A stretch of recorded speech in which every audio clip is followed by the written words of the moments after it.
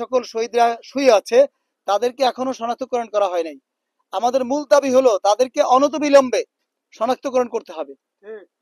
প্রয়োজনে সরকারের সকল স্তরে কাজ করে এই গণকবরে যারা শহীদ অবস্থা আছে তাদেরকে শনাক্তকরণ করে তাদের পরিবারকে সুষ্ঠু ব্যবস্থার আওতায় এনে তাদেরকে সুযোগ সুবিধাগুলো পৌঁছে দিতে হবে এবং তাদেরকেও রাষ্ট্রীয় স্বীকৃতি দিতে হবে। আজকে তাদের চিহ্নিতই করা হলো না, তা তাদেরকে রাষ্ট্রীয় স্বীকৃতি দেওয়া হবে কিভাবে? তাদেরকে তো জানাই হয় না কে কে এখানে শহীদ অবস্থায় আছে, কাদেরকে ফ্যাসিবাদ সরকার এখানে এনে গণকবরের ভিতরে ফেলে দিয়ে মাটি চাপা দিয়ে রাখছে।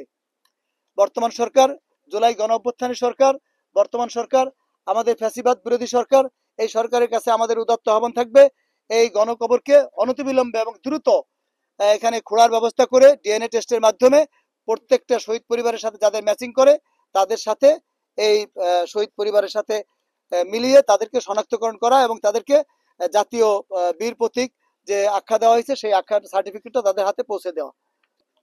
তো আমি সরকারকে খুব আহ্বান জানাবো, বিনীতভাবে অনুরোধ করব যে সবসময় যেটা বলি যে আপনারা গতানুগতিক ভাবে ক্ষমতার মসনদে বসেন নাই, ১৫০০ মায়ের সন্তানের রক্তের উপরে পাড়া দিয়ে, প্রায় ৩০,০০০ ভাইদের অঙ্গের উপরে রক্তের উপরে পাড়া দিয়ে ক্ষমতার মসনদে বসেছেন।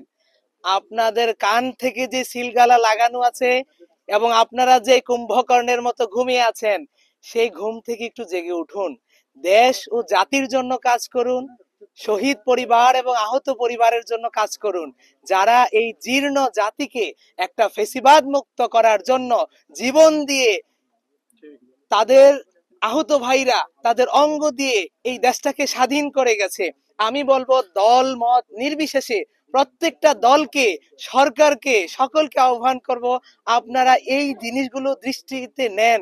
কারণ হলো একটা কথা মনে রাখবেন, আমরা শহীদ পরিবার হলাম মজলুম জাতি। আল্লাহ রাসূল বলেছে মজলুমের আর্তনাদ আল্লাহর আরশ পর্যন্ত পৌঁছায় এবং শহীদ পরিবারের মধ্যে 95% খুব দরিদ্র পরিবার, গরিব, অসহায়। গরিবের দোয়াও নাকি আল্লাহর আরশ পর্যন্ত পৌঁছায়। সেই গরিব পরিবার, সেই মজলুম জাতির পক্ষ থেকে আমি বলতেছি, যারা এই শহীদদের নিয়ে বা আহতদের নিয়ে যদি কোনো ষড়যন্ত্র করে, আল্লাহ যেন তাদের উপরে গজব নাজিল করে।